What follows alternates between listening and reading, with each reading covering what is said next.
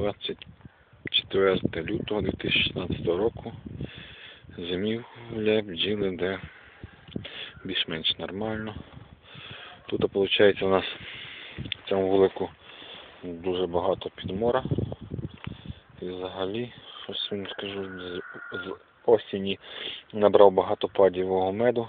Це дуже багато підмору чересчур.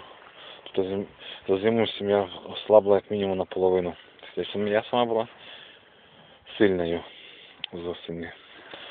В цьому вулику сім'я слабша, але там було происшествие, то що залізла синичка.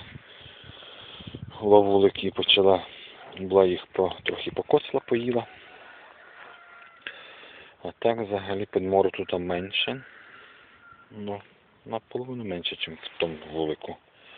Але кажу, за те, що тут пробралася якось була синичка, тому що кришу саму цю погано закрили, була така щілина десь.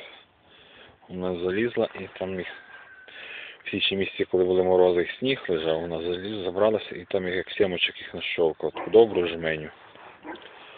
Такі справи у нас на 24 лютого 2016 року.